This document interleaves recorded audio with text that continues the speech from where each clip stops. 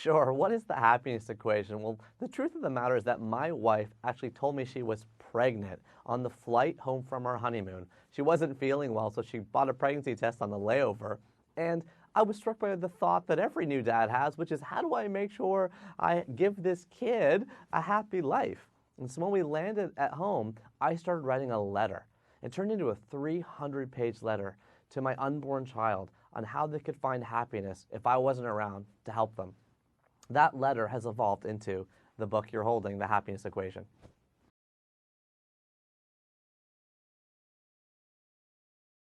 Sure, absolutely. Well, first of all, I want to just say that our model for how we think about happiness is totally backwards. You and I both probably were told by our parents, like, if you work really hard, then you'll do great work, and then you'll be happy. Like, study hard, get good marks at school, and get into a great school and be happy. Or work really hard, get promoted, and then get happy.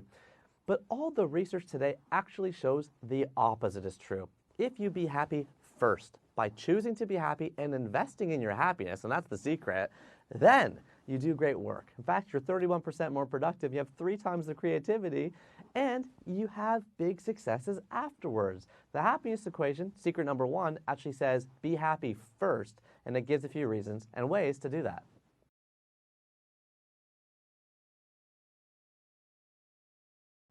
Sure, I call it the dream we all have that is completely wrong. And the conclusion I've made is that the research I've done and have learned from others actually shows that the healthiest societies in the world, those with longer lifespans, 7 years longer than those we have here, actually have no word for retirement, no concept of it. Instead, they have another word called ikigai, or a reason you wake up in the morning. So what I'm saying when I say don't retire is, let's remember retirement was invented in the late 1800s in Germany when they made retirement age 65, but average lifespan was 67. They created a 2-year gap. These days we all want to retire so young, and we're living so old. So what do you do with all that space? What I say is find purpose. Find a job with the 4 S's: social, structure, stimulation, and story. It can be volunteer work, nonprofit work, whatever. But as long as you're doing something productive with those 4 S's, you'll always be doing something you love, and you'll have a lot more purpose in your life.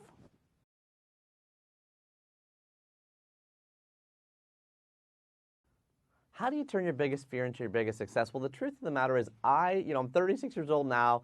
When I was in my early 30s, I couldn't swim. I never learned to swim. I had ear infections my whole childhood. It was a fear for me. I never went in the water at all. And then I started dating what became my wife, and she said to me, I love swimming, and everyone swims at my cottage. You're going to have to swim if you want to come up there. So without thinking about whether I could do it or whether I wanted to do it, I just did it. I placed the action first. And what happened when I went to the adult learn to swim class and realized everybody was no good, not just me, was the confidence and the motivation followed. So how do you turn your biggest fear into your big success? Well, you get rid of the fear you have by thinking you can't do it and that you want to do it. You place a little baby step of action ahead of time. So just run to the corner of the street if you want to run a marathon. Start writing on a piece of paper by your phone if you want to write that book. Don't wait for perfection. Don't wait for the perfect shoes or the perfect notebook or the perfect coffee shop, because you'll be waiting forever.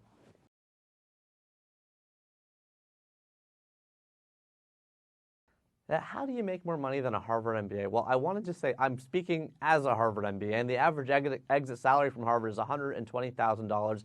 The stats are very public, and I have nothing negative to say about the school because I think it is a great place. But here's what I don't see people doing. I don't see people overvaluing themselves and their time and their hard work. If you do the math and you actually compare a Harvard MBA salary of $120,000 with the hours they're working on those consulting and investment banking and private equity jobs with that of a teacher or that of an assistant manager at a Walmart, they all make $28 an hour. It's true, and in the happiness equation, I showed the model and the math to get to those numbers. So how is that possible? Well, because when you overvalue you and you overvalue your time, you can consciously adjust how much you make by choosing how much time you're actually working. The secret to making more money than a Harvard MBA isn't to work tons more hours and make more money.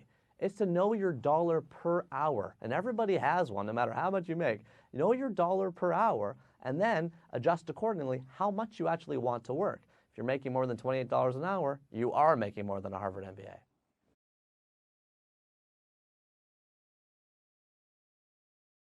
We are all too busy. The average person checks their cell phone every 4 minutes a day now, and we get 147 emails a day. There's too much going on.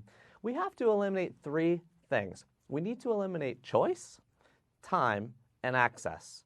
How do you eliminate choice? Well, instead of deciding what to eat for breakfast, you have the same thing every day. Instead of deciding how to drive to work to beat traffic, you follow a traffic-seeking GPS app like Waze. Simple ways of eliminating choice actually help us. The second way is to eliminate time. You know that nerdy kid in your school that did their homework on Friday night? My argument is they were the only one that had the weekend to party. The truth of the matter is when we have deadlines upcoming, we feel angst and anxiety and stress getting ready for them. By moving deadlines early and eliminating time in our projects, we create space afterwards. Lastly, how do you eliminate access?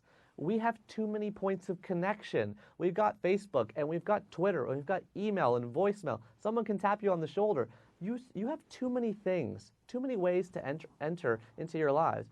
So what I'm saying by removing access is cut everything off except one channel where the most important people in your life, whether that's your boss, your peers, your spouse, actually no, well, I need to call their voicemail or I can send them an email. But whatever it is, eliminating access improves your productivity and your happiness.